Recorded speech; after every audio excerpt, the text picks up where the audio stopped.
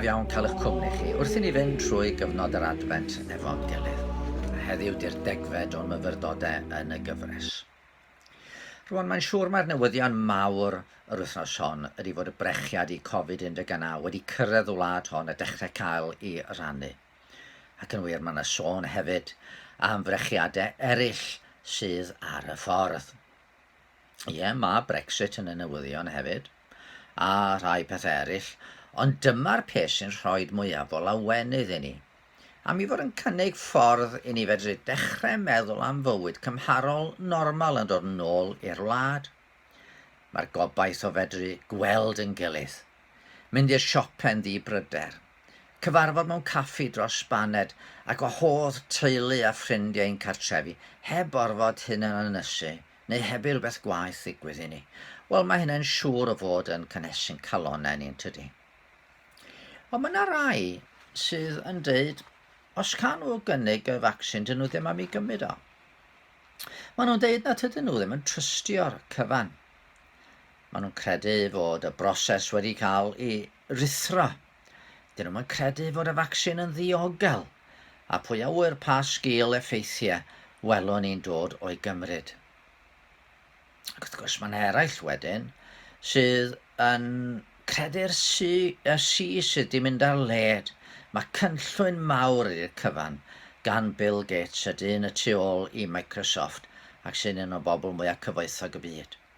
Y si ydy bydd na ryw chip yn cael ei gynnwys yn y brechiad ac unwaith y bydd hwnnw'n yn cyrff ni, yna bydd Bill a'i gwmni mawr rhyngwladol yn gallu yn rheoli i gyd trwy'r wybodaeth mae yn ei gasglu.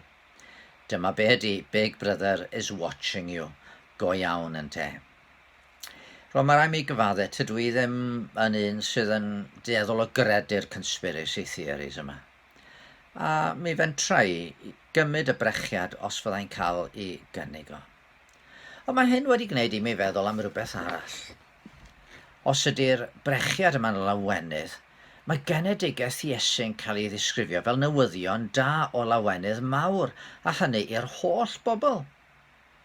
Ac eto, tydi'r holl bobl ddim wedi ei grysawu. Yn wir, yn aml y bobl fyddech chi'n disgwyl i lawenhau ynddo ydy'r union rai sy'n ei wrthwynebu. Mae Ioan yn ei roi fel hyn. Daeth i'w gynefin ei hun, ac ni dderbyniodd ei bobl ei hun mohono. Be ydy'r rheswm sydd gan bobl dros beidio derbyn y newyddion da hwn am Iesu? Oes yna efallai ryw conspiracy theory o gwmpas. Mae cynllun mawr ydy hwn i'r eglwys gadw'i hawdurdod. Cynllun i'n caethiwon i gyd i'r foesoldeb gul a sbwylio'n hwyl ni, gyda Duw yn gwylio i weld os ydyn ni'n meiddio mentro un cam allan o'i gyfraith galed. Ond ddech chi'n weld, fe ddydodd Iesu, rwy fi wedi dod mwyn i ddynion gael bywyd a'i gael yn ei holl gyflawnder. A dyna brofiad yr rhai sydd yn dod at y gwaredwr. Newyddion o lawenydd mawr oedd i ddyfodiad o. Wel, ydy o'n mynd i gostio gormod i ni felly meddwl rhai eraill. Wedi'r cyfan, ond i ddywedodd Iesu fod unrhyw un sydd am ei ddilyn o yn gorfod codi i groes ac ymwadu ag ef ei hun. Wel do. Mi ddari Iesu ddweud hynny. Heb os nag oni bai mae dilynwyr Iesu yn aml wedi gorfod rhoi heibio llawer iawn o bethau. Ond dyma'r arglwydd yn rhoi rhyw oleuni gwahanol ar y gost pan ddydodd o.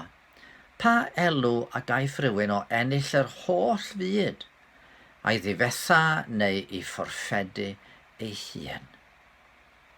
Chi'n weld ei holl gyfoeth, bydd yn rhaid i Bill Gates adael y cyfan ar ôl rhyw ddydd, a pha elw fydd iddo fo yn ei gyfrif banc y diwrnod hwnnw.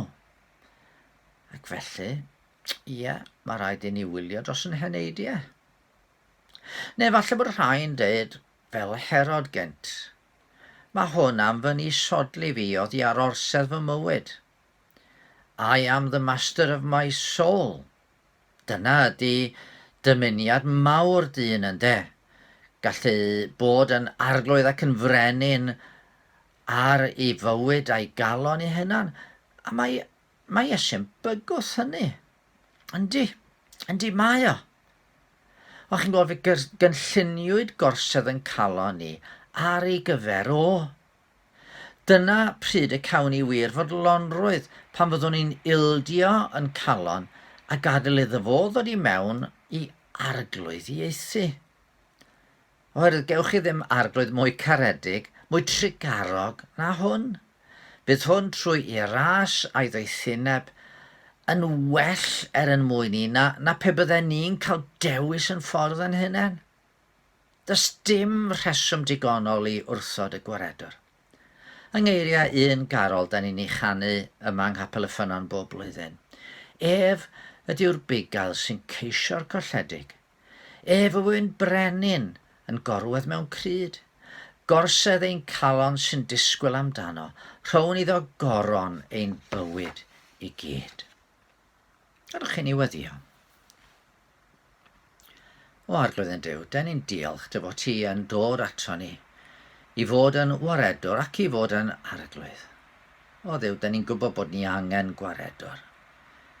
Ond rhywsut da ni'n gallu cilio nôl pan da ni'n meddwl amdana ti yn dod i lywodraethu ac i arglwyddiaethu yn y bywydau.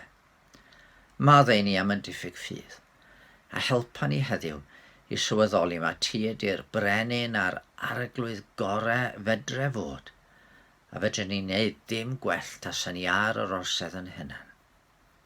Amen. Wel, ewch dan bendith unwaith eto heddiw.